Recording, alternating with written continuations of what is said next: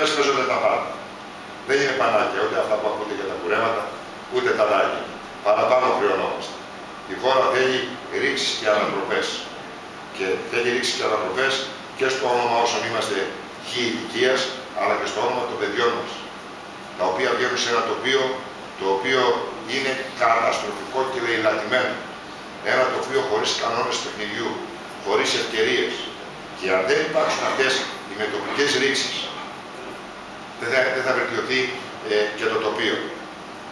Και προς αυτή την κατεύθυνση είμαστε υποχρεωμένοι να βαδίσουμε όλοι ο ένας δίπλα στον άλλο. Σε αυτές τις δύσκολες στιγμές χρειάζεται αλληλεγγύη μεταξύ μας. Και δεν μιλάω κατά ανάγκη ακόμα. Στις μικρότερες κοινωνίες δεν κυριαρχούν τα κόμματα. Χρειάζεται αλληλεγγύη σε ανθρώπινη βάση. Θα έχουν δυσκολότερα πράγματα.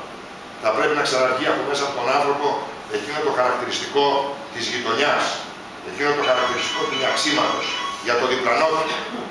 Μην νομίζουμε ότι ο καθένας είναι αυτάρκης. Όσο αυτάρκης και αν είσαι οικονομικά ή κοινωνικά, πάντα έχεις την ανάγκη του διπλανού σου. Και τα δύσκολα πρέπει να ακουμπούν πολύ περισσότερο κόσμο από ό,τι ακουμπούσαν παλαιότερα. Παλαιότερα ακουμπούσε λίγους. Σήμερα ακουμπά τους περισσότερους στο πρόβλημα.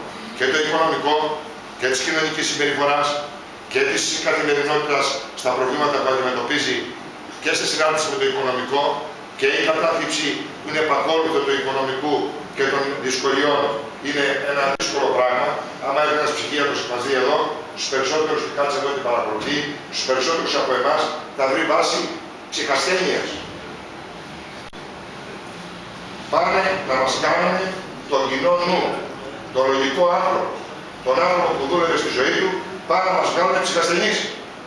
Και δεν αντιδρά κανείς. Δεν αντιδρά κανείς.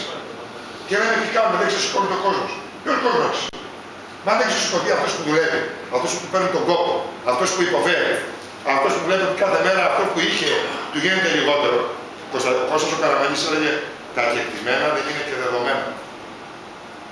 Σας λέω λοιπόν και εγώ ότι δεν είναι δεδομένα. Και δεν λέω να τα κρατήσουμε, τουλάχιστον να συντηρήσουμε κάποια από αυτά. Από ποιους?